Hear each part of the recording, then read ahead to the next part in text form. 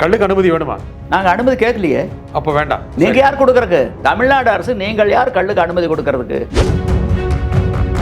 கலப்படம் பண்றீங்கல்ல? கலப்படம் பாண்டியில் பண்ணுறது இல்லையா? கேரளாவில் பண்ணுறது இல்லையா? ஆந்திராவில், தெலுங்கானாவில், அண்டை மாநிலங்களில், உலக அளவில் அந்த அரசுகளெல்லாம் கலப்படத்தை கட்டுப்படுத்துகின்ற பொழுது தமிழ்நாட்டில் எங்களால் மட்டும் கலப்படத்தை கட்டுப்படுத்த முடியவில்லை என்றால் தமிழ்நாடு அரசு ஆளுமை இல்லாத அரசா? நீங்க கல்லில் கலப்படம் பண்ணுவீங்க, அதை தடுக்கணும். நீங்க கல் இறக்குறோம், நான் இறக்குறேன், அரசாங்கம் நடவடிக்கை எடுக்குது. யார் குற்றவாளி? நான் குற்றவாளியா, அரசாங்கம் குற்றவாளியா? கல் விற்கணும், போதைப் பொருள் அல்ல. அந்த குடிக்க சொல்லணும். ஆமா, கல்லுல ஆல்கால் இருக்கு. போதைப் பொருள்.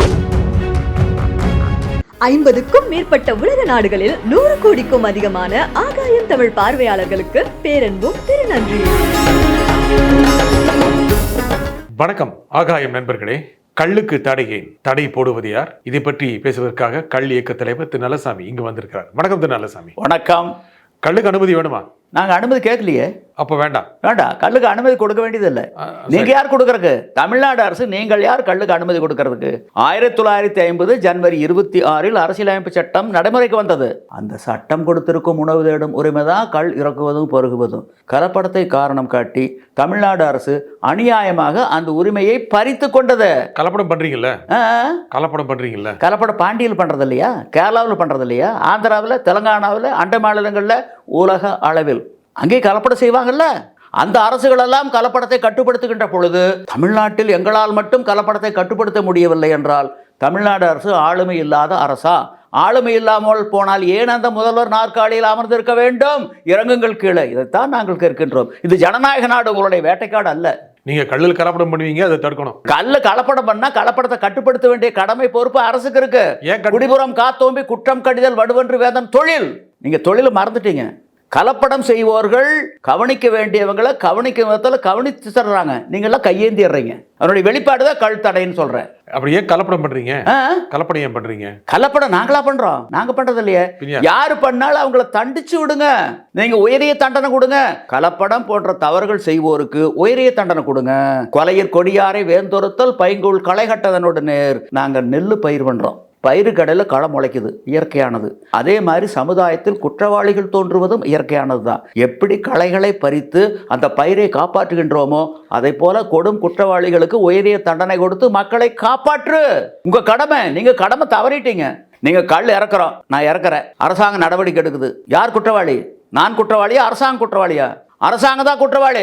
The government of Tamil Nadu is the accused person, not the toady tapper. நான் குற்றவாளி அல்ல. நான் அரசியலமைப்பு சட்டப்படி கல் இறக்குறேன். நீங்க தமிழ்நாடு மதுவிலக்கு சட்டப்படி நடவடிக்கை எடுக்கிறீங்க. கேட்கக்கூடிய ஒரு கேள்வி, அரசியலமைப்பு சட்டத்துக்கு கட்டுப்பட்டது மதுவிலக்கு சட்டமா இல்ல மதுவிலக்கு சட்டத்துக்கு உட்பட்டது அரசியலமைப்பு சட்டமா? It is purely question of law as to the interpretation of the Indian Constitution. வர சொல்லுங்க வாரத்துக்கு. 8 கோடி மக்கள் யார் வந்தாலும் சரி, நீங்களே வாங்க. கள்ளுமுறு தடை செய்யப்பட வேண்டிய போதைப் பொருள் தான் மதுதான். இறக்குமதி மதுக்களும் இந்திய தயாரிப்பு அயல்நாட்டு மதுக்களும் கல்லை விட நல்லவை. கல் இயக்கம் கொண்டிருக்கக்கூடிய கோரிக்கைகளில் நியாயமே இல்லை. நிரூபிச்சிருங்க.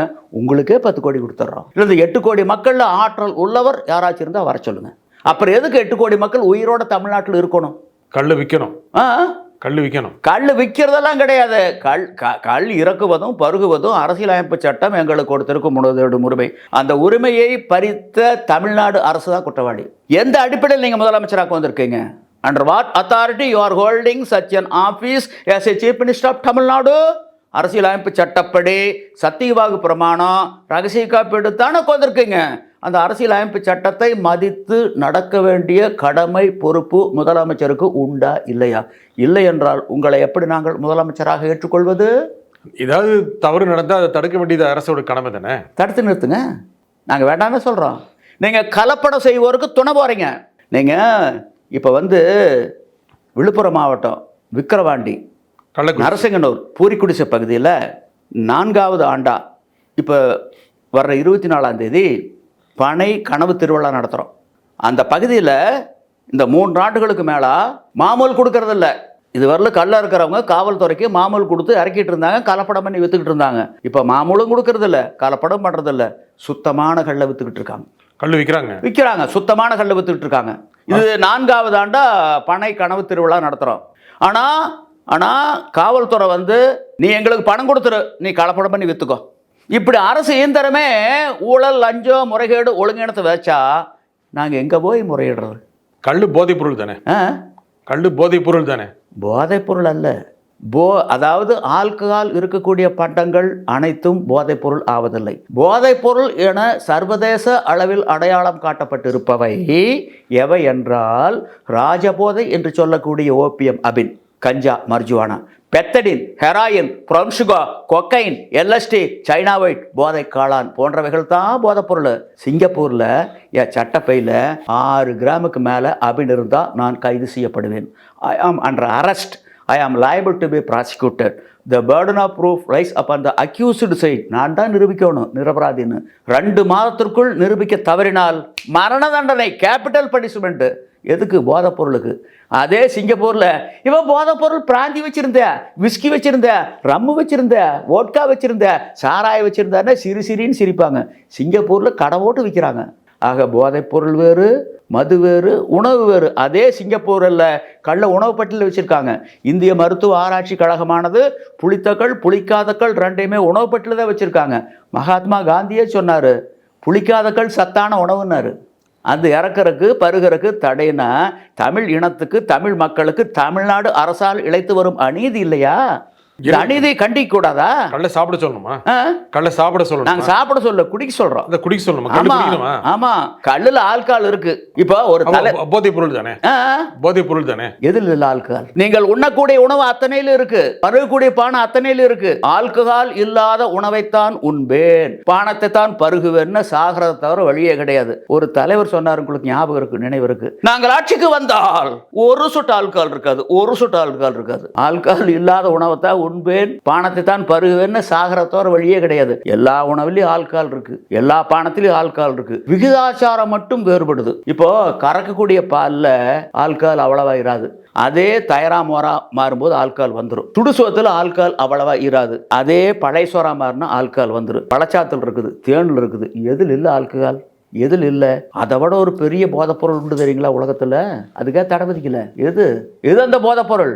ஆணுக்கு பொண்ணு போதைப்பொருள், பொண்ணுக்கு ஆண் போதைப்பொருள். இந்த போதையில் அழிந்த பேரரசுகள் 1 2 ஏன் அதுக்கு தடை விதிக்கல? அதாவது மனிதர்கள், பறவைகள், விலங்குகள், இந்த உயிரினங்கள் போக பயிர்களுக்கும் தாவரங்களுக்கும் ஆல்கஹால் தேவை. இப்போ நாங்கள் சேடை பாய்ச்சிரோம், சேடை பாய்ச்சி சேத்தொலை ஓட்டுறோம். சேத்தொலை ஓட்டின உடனே அதே நாள் நாற்றை பறித்து நட்டா நாற்று துளிர்க்காது, அப்படியே மேலேருந்து கருகிட்டு போய் அப்புறம் கீழேருந்து ஒரு 10 நாளைக்கு பின்னாடி துளுத்து வரும். அதே சேர 10 நாள் 15 நாள் புளிக்கு போட்டோம்னா அதில் ஆல்கஹால் வந்துடும், ஃபர்மெண்டேஷன் ஆகி ஆல்கஹால் வந்துடும். அந்த புளிச்சு போன சேத்துல நாற்றை பறித்து நட்டா நட்ட நாற்று அப்படியே வளரும். ஆக பயிருக்கும் ஆல்கஹால் தேவை. இந்த புரிதல் இல்லாம தான் அந்த தலைவர் என்ன சொல்றாரு, நாங்கள் ஆட்சிக்கு வந்தால் ஒரு சொட்டு ஆல்கஹால் இருக்காது, ஒரு சொட்டு ஆல்கஹால் இருக்காது. அவர் கொண்டிருக்கக்கூடிய ஆர்வ கோளாறுனுடைய வெளிப்பாடு. ஆனால் தப்புன்னு சொல்லல.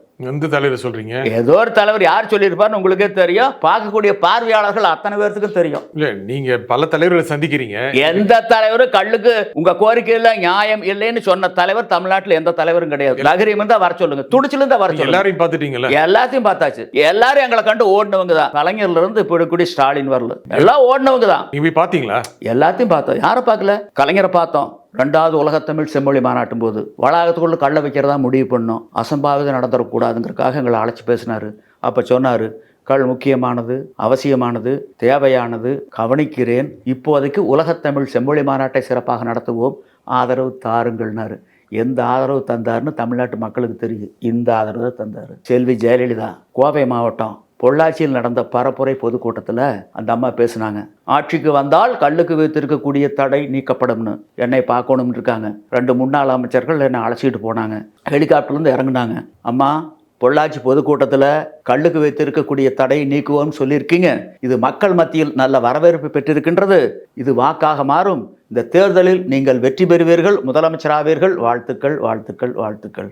நம்ம என்ன சொன்னாங்க தெரியுங்களா? நன்றி, நன்றி, நன்றினாங்க. சாக வர நம்மளை பார்க்க முடியல. வைகோ அவர் என்ன பண்ணாரு, இந்த சசி பெருமாள்னு ஒருத்தர் டவரில் ஏறி இறந்துட்டாரு கன்னியாகுமரியில். அந்த உடலை எடுத்துக்கிட்டு வந்து இங்கே இளம்பிள்ளையில் ஒரு இறுதிச் சடங்கு இரங்கல் கூட்டம். அந்த மேடையில் முத்தரசு, ராமகிருஷ்ணன், EVK இளங்கோவன், குமரி அனந்தன், இப்படி எல்லா தலைவர், வைகோ, திருமாவளவன் எல்லாம் இருந்தாங்க. MK ஸ்டாலின் எதிர்க்கட்சி தலைவர்.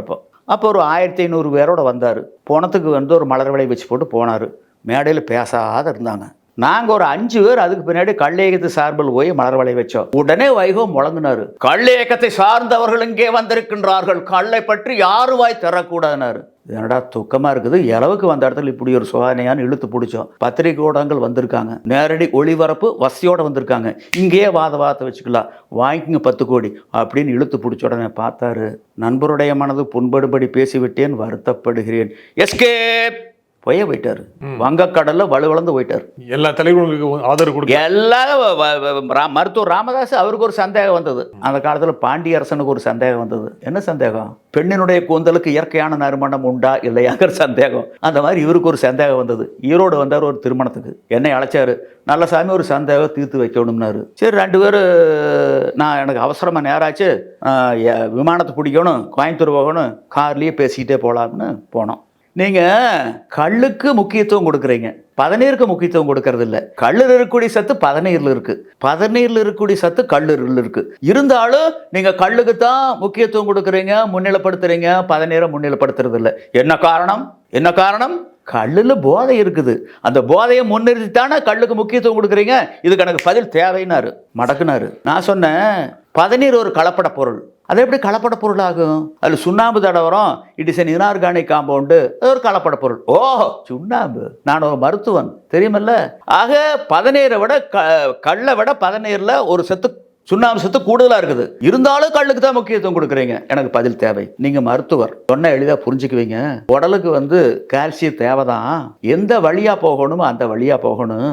ஒரு கப்பு பால் நீங்க பருகுனீங்கன்னா அதில் சுமார் ஒரு 120 மில்லிகிராம் கால்சியம் உடல் எடுத்துக்கும். வாய் வழியாக தொண்டை வழியாக இறப்பிக்கு போய் தன்மயமாகணும், அசிமிலேஷன். அதுக்கு பின்னாடி ரத்த நாளங்கள் வழியாக அந்த எலும்புக்கு மஜ்ஜைக்கெல்லாம் போய் சேரும். இதுதான் தகுந்த வழி, ப்ராப்பர் சேனல். மருத்துவர் சொன்னார், உடலில் சுண்ணாம்பு சத்து குறைவாக இருக்குது அப்படின்னு சொல்ல கேட்டு வீட்டுக்கு சுண்ணாம்பு சட்டியில் இருக்கக்கூடிய சுண்ணாம்பள்ளி வப்பு வப்பு வப்புன்னு என்னாகு, வாய் வெத்து போயிரு. இப்போது நம்ம இறப்பையில் உண்ணும்போது ஹைட்ரோகுளோரிக் ஆசிட் சுரக்கு, இயற்கையானது. எதுக்கு சுரக்குது? உணவில் இருக்கக்கூடிய கிருமிகளை கொல்றதுக்கும் உணவு ஜீரணமாகறதுக்கும் சுரக்குது, இயற்கையில் அது படைப்பு. அதே ஹைட்ரோகுளோரிக் ஆசிட் உண்ணாத போது சுரந்துட்டு என்ன ஆகு? குடல் ஓட்ட போட்டுரு. அதுதான் சொல்கிறாங்க, நீ 3 வேளை சாப்பிடாத 6 வேளையாக சாப்பிடுங்கிறாங்க. இப்போது பதநீர்லேருந்து நாங்கள் கருப்பட்டி தயாரித்தா இன்றைக்கி 250 ரூபாய்க்கு விற்கிது. அதே கல்லுலேருந்து கருப்பட்டி தயாரித்தா, சர்க்கரை தயாரித்தா 750. வெள்ளைக்கார வெர்ஜின் சுகர் தான் வேணுங்கிற. இது பதநீர்லேருந்து தயாரித்தா அது கலப்பட சர்க்கரை ஆகுது. எங்களுக்கு வெர்ஜின் சுகர் விலை அதிகமாக கிடைக்குது. ஆகவே நாங்கள் கல்லை முன்னிலைப்படுத்துகிறோம் அப்படின்னு சொன்னோன்னே, ஆனால் கல்லு போதை தான் ஒத்துக்கிட்டீங்க. கல்லு போதை இருக்குன்னு ஒத்துட்டீங்க. 4.5% இருக்குதுங்க. நீங்கள் எதுக்கு போதை இருக்கு இந்த ஐயையோ ஐயையோ ஐயையோ, நீங்கள் காலையில் இட்லி சாப்பிடுவீங்கல்ல, பணியாரம் சாப்பிடுவீங்கல்ல, ஊத்தாப்பம், தோசை, அந்த மாவு ஆட்டின உடனே நீங்க இட்லி சுட்டு பாருங்க, இட்லி வருமா? தோசை வார்த்து பாருங்க, தோசை வருமா? அந்த மாவு புளிச்சு போகணும், ஃபர்மெண்டேஷன் ஆகணும், அப்ப ஆல்கஹால் வந்துரு. ஆகவே நீங்க உண்ணக்கூடிய அந்த இட்லி, தோசை, பணியாரம், ஊத்தப்பம் அவைகளும் போதை பொருள் தான். விட்டுருங்களா? விட்டுருங்க, போதை ஏற மாட்டேங்குது. ஏறுமே, பெரியவங்க சொல்லுவாங்களே, ஏய் நீ பழைய சோத்துல நீ தயிர் ஊற்றி உன்னுட்டு வண்டி வாகனம் ஓட்ட வேண்டாம்பாங்க. ஏன்னா கள்ளு குடிச்சா எப்படி தூக்கம் வரும், அந்த மாதிரி தூக்கம் வரும், ஒரு மயக்கம் இருக்கு, விபத்துக்கு வழிவகுக்கு. நீங்க வாகன ஓட்டுநர்கள் பல பேர் நீங்க மதிய உணவு உண்ணும் போது தயிர் ஊற்றி உண்ண மாட்டாங்க, மோர் உண்ண மாட்டாங்க, ரசத்தோட முடிச்சுக்குவாங்க. காரணம், கள்ளு குடிச்சா எப்படி தூக்கம் வருமோ அதே மாதிரி தூக்கம் வரும். ஆகவே தயிரும் மோரும் இட்லி தோசை பணியாரம் அவைகளும் உங்க பார்வையில் பார்க்கும்போது போதை பொருள் தான். விட்டுருங்க விட்டுருங்க விட்டுருங்க, கொஞ்சம் கொஞ்சம் தான் இருக்கு. விட்டுருங்க, பார்த்தா ரொம்ப கம்மி. ஆனா கல்லு நிறைய இருக்குல்ல. சரி, கல்லுல எவ்வளவு இருக்கு? 4.5% இருக்கு. ஆனா சாப்பிட்டா மயங்கிடுறாங்களே. 4.5% இருக்கு. டாஸ்மாக் மதில் எவ்வளவு இருக்கு? 42.8%. கல்லை விட 10 மடங்கு அதிகமா இருக்கு. அது கடை ஓட்டு வைக்கிறீங்க, இதுக்கு தடை வச்சிருக்கீங்க. இப்ப கல்லுல உடலுக்கு தேவையான ஊட்டச்சத்துக்கள் நிறைய இருக்கு, தாய்ப்பாலுக்கு நிகரானது, மருத்துவ குணம் கொண்டது. நீங்க சரி ஒண்ணு வேண்டாம், நான் ஒரு குழந்தைய அழைச்சிட்டு வர்றேன். அரசு தரப்புல மாண்புமிகு மு க ஸ்டாலின் அவர்கள் ஒரு குழந்தைய அனுப்பிட்டு 2 குழந்தையுமே இதே சென்னையில் அரசு மருத்துவமனையில் மருத்துவருடைய கண்காணிப்பில் செவிலியர்களுடைய பராமரிப்பில் 2 குழந்தையும் இருக்கட்டு. நம்முடைய மாண்புமிகு முதல்வர் அனுப்பின குழந்தைக்கு டாஸ்மாக் கடையிலேருந்து மதுக்களை கொண்டாந்து கொடுப்போம். எங்க குழந்தைக்கு நாங்க கொண்டு வந்து குழந்தைக்கு கள்ள கொடுப்போம். 2 நாளைக்கு பின்னாடி பார்ப்போம் எந்த குழந்தை ஆரோக்கியமா இருக்குதுன்னு பார்ப்போம். வர சொல்லுங்க. Law is an evil, lesser evil will be enacted as law. That is the definition given by Jeremy Bentham, the father of the law. சட்டம் என்பது கெடுதி விளைவிக்கக்கூடியது. எது குறைவான கெடுதி விளைவிக்கக்கூடியதோ அதை சட்டமாக ஏற்றப்பட வேண்டும். கெடுதின்றீங்க நீங்க. If it is evil which is lesser evil, கள்ளு கெடுதி 4.5க்கு நீங்க தடை ஓட்டுட்டு 42.8% நீங்க கடை ஓட்டு விக்கிறீங்களே, இது எந்த விதத்துல நியாயம்? வேற எந்த தலைவரை பாத்தீங்க? அதுக்கப்புறம் நீங்க திரு சீமானை பாத்தீங்க. கெடுதல்னா மனிதனா பிறந்திருக்கிறதே கெடுதல் தான். இல்ல நீங்க தலைவர் ஒருவது பெருகியது நீங்க தலைவர் ஒருவது பெரும் பேரின்பம். சரி, ராமதாஸ் ஏத்துட்டாரா கள்ள சரிட்டாரா? கள்ள பத்தி வாய் திறக்கிறது இல்ல. நீங்க எந்த தலைவர் கள்ள பத்தி வாய் திறக்க சொல்லுங்க, கழுத்துல துண்டை போட்டு இழுத்து பிடிச்சிருவோம். நீ திரு அண்ணாமலை பேசுறீங்க, திரு சீமானை பேசுறீங்க. அண்ணாமலைக்காகவே ஒரு மாநாடு போட்டோம். அண்ணாமலைக்காகவே அண்ணாமலை கள்ளுக்கு அனுமதி கொடுக்கணும், கள்ளு கடைகளை திறக்கணும்னாரு. இது புரிதல் இல்லாம இருக்காருன்னு சொல்லி 10 முறை அவரை பார்க்க போனேன். அந்த அல்லக்கை இருக்காங்களே கிட்டையே விட பண்ணிக்கிறாங்க. அல்லக்கை போய் பேசுனா கள்ள பத்தி புரிதல் இல்லாம நீங்க பதிவு பண்ணிட்டு இருக்கீங்க ஐயான்னா, ஐயா சொல்லுங்க ஐயா. அல்லக்கை என்னங்கிறாங்க, ஐயா இவரோட்ட திருக்குறளையே பேசிட்டு இருப்பாருங்க ஐயா. இதை பாருங்க ஐயா, 1 மணி நேரம் காலதாமதம் அங்கெல்லாம் காத்துக்கிட்டு இருக்காங்க ஐயா. 10 ஃபோன் வந்துட்டுதுங்க ஐயா. ஐயா மனுஷங்க ஐயா வீட்டுக்கு அங்கேயே பேசிக்கலாம். இதே பதில் தான் ஒவ்வொரு முறை. அதுக்காக என்ன பண்ணோம், உடுமலைப்பேட்டையில் அவரை புரிய வைக்கணுங்கிறதுக்காக ஒரு கருத்தரங்கம் போட்டோம். மாநாடு போடாம கள் விடுதலை கருத்தரங்கம்னு போட்டு மேடையில் ஒருத்தர் தான் போடியத்துக்கு முன்னாடி நின்று பேசணும்னு சொல்லி அவரை முன்னாடி உட்கார வச்சு நான் அதையெல்லாம் சொல்லிக்கிட்டே இருக்கிறேன். அவர் கேட்பாருன்னு நினச்சி அவர் என்ன பண்ணாரு, செல்ஃபி எடுத்துக்கிட்டாரு. வந்தவங்க கிட்ட பொன்னாடை வாங்கிட்டாரு. நான் சொன்னது அவர் காதுலயே விழல. ஆக மறுபடியும் அவர் மேடையர் என்ன சொல்றாரு, ராமன் சேதைக்கு சித்தப்பன் அப்படிங்கிறாரு. சீமான பாத்தீங்களா? அவரு கொஞ்சம் போட்டு கொடுங்க. சீமான் அவர் புரிதலோட இருக்கார். அவர் எப்படி யாழ்ப்பாணத்துல அவர் ஆட்சி காலத்தில் எப்படி கல்லுக்கு முக்கியத்துவம் கொடுத்தாங்களோ அந்த முக்கியம் தமிழ்நாட்டில் கொடுக்கணுங்கிறதுல அவர் தெளிவாக இருக்கார். வேற யார் உங்களுக்கு ஆதரவு? இல்லை, ஆனால் அண்ணாமலை ஆதரவாளர் தான். ஆனால் புரிதல் இல்லாமல் ஆதரவு கொடுக்குறாங்க. அவ்வளோதான் நாங்கள் வருத்தப்படுறோம். சீமான் புரிதலோட ஆதரவு கொடுக்குறோம். சீமான் ஆட்சிக்கு வந்தால் கல்லுக்கு அனுமதி கிடைக்கும். அனுமதி எது கூட அது அரசியலமைப்பு சட்டமே கொடுத்தாச்சு. தடை நீக்குவார். அனுமதி கொடுக்க வேண்டிய அவசியம் இல்லை. அப்போ நீங்கள் அவருக்கு ஆதரவு கொடுக்குறீங்க. நீங்க சீமான் ஆதரவாளரா அப்படின்னு நாங்கள் சொல்லலையே. மக்கள் உண்மை தெரிஞ்சு ஓட்டு போடுவாங்க. மக்கள் கிட்ட வாக்காளர்கிட்ட அவங்க சிந்திக்கக்கூடிய சக்தி இருக்குல்ல. வாக்காளர் விஜய் பாத்தீங்களா?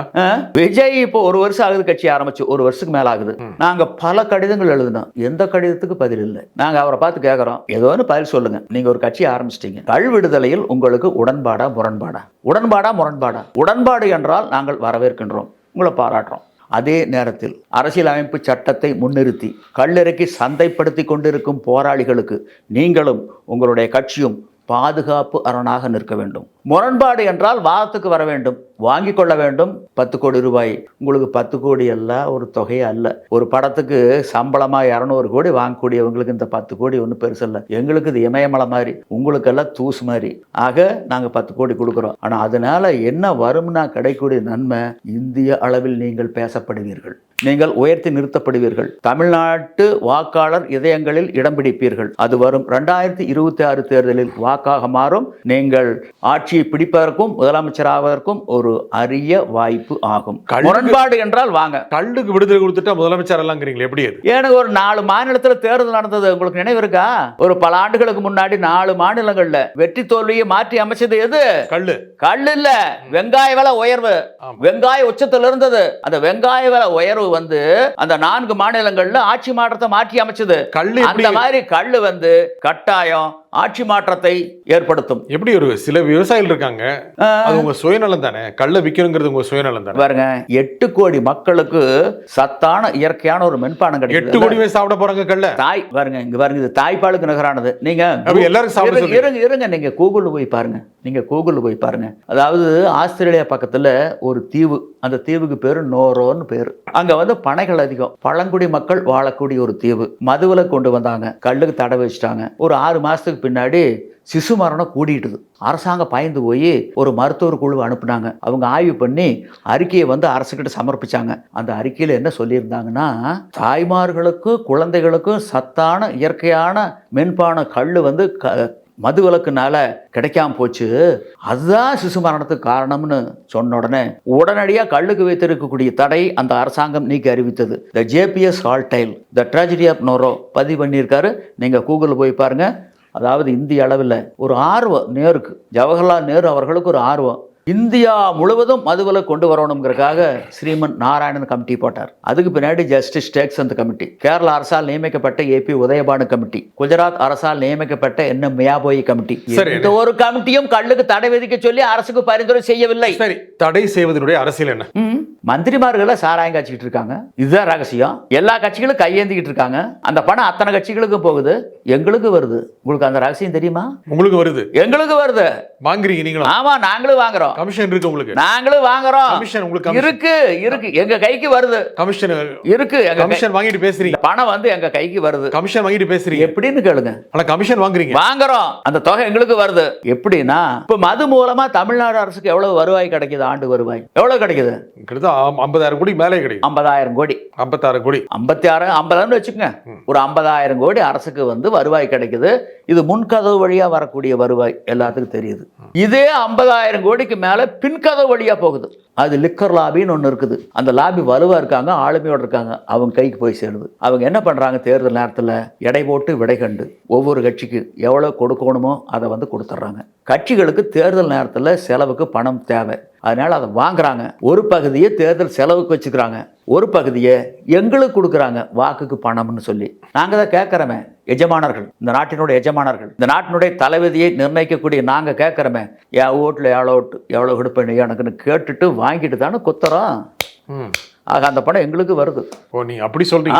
இல்ல, எங்களுக்கு வருது. கல் விடுதலை இயக்கத்துக்கு கமிஷன் வெட்டுறாங்களோன்னு நினைச்சு? இல்ல, அதான் வாக்குக்கு வெட்டுறாங்கல்ல, நாங்க வாங்கித்தானே ஓட்டு போடுறோம். உங்க கல் விடுதலை இயக்கத்துக்கும் கமிஷன் வருதான்னு கேக்குறேன். எங்க கல் விடுதலை இயக்கத்தில் இருக்கிற உறுப்பினர்கள் காசு வாங்கிட்டு ஓட்டு போட்டா அவங்க வரும். ஆனா இது ஒரு லாபியாக தான் உங்களுக்கு தடை போயிட்டு இருக்காங்களா கல் விடு? இதுல வந்து பாத்தீங்கன்னா நாங்க வந்து விட போறதில்லை, முதலமைச்சர்ல இருந்து விட போறதில்லை. 2020 நாங்களும் 20 ஆண்டுகளா போராடி பார்த்தோம். அதாவது வெற்றி வர முடியல. கஜினி முகமது 17 முறை படையெடுத்தார், தோல்விதான். ஆனால் 18வது முறை வெற்றி பெறலையா? அந்த மாதிரி 20 ஆண்டுகளாக போராடி பார்த்தோம். இப்போ 21வது ஆண்டு கட்டாய வெற்றி பெறுவோம், உறுதியாக வெற்றி பெறுவோம். ஒவ்வொரு கட்சி தலைவரை போய் பார்க்க போகிறோம். திராவிட முன்னேற்ற கழகத்தினுடைய தலைவர் யார்? மு.க. ஸ்டாலின். எதிர்க்கட்சி தலைவர் அண்ணா திராவிட முன்னேற்ற கழகத்தினுடைய தலைவர் யார்? எடப்பாடி பழனிசாமி. அதே மாதிரி இடதுசாரி, வலதுசாரி, தேசிய கட்சி, மாநில கட்சி, எல்லா கட்சி தலைவர்களையும் போய் பார்க்குறோம். பத்திரிகை ஊடகங்கள் அழைச்சிக்கிட்டு போகிறோம், ஒரு குழுவாக போகிறோம், போய் கேட்குறோம், கள் விடுதலையில் உங்களுக்கு உடன்பாடா முரண்பாடா? உடன்பாடு என்றால் வரவேற்கின்றோம், முரண்பாடு என்றால் வாதத்துக்கு அழைக்கின்றோம். இரண்டுக்கும் நாங்கள் தயாராக இல்லை என்றால் எதற்காக உங்களுக்கு கட்சி? எதற்காக கட்சியில் பொறுப்பு? இந்த கேள்விகளுக்கு பதில் சொல்லியாக வேண்டும். மீனுக்கு வாலை, பாம்புக்கு தலை இனிமேல் காட்டிவிட முடியாது. இதுக்கு ஒரு முற்றுப்புள்ளி வைக்கணும். நழுவல் போக்கு ஒரு முற்றுப்புள்ளி. இது ஒரு விளைநிலம், வேட்டைக்காடு அல்ல. இந்த கேள்விகளுக்கெல்லாம் கட்சியினுடைய தலைமை பதில் சொல்லியாக வேண்டும். இந்த நெருக்கடிக்கு ஒவ்வொரு கட்சி தலைமையையும் நாங்கள் ஆளாக்க போகின்றோம். சார், இந்த நிகழ்ச்சியில் கருத்தில் குறிமிகத்து நல்லசாமி, மிக்க நன்றி. நன்றி நன்றி நன்றி. மீண்டும் ஒரு நிகழ்ச்சியை சந்திப்போம். நன்றி, வணக்கம்.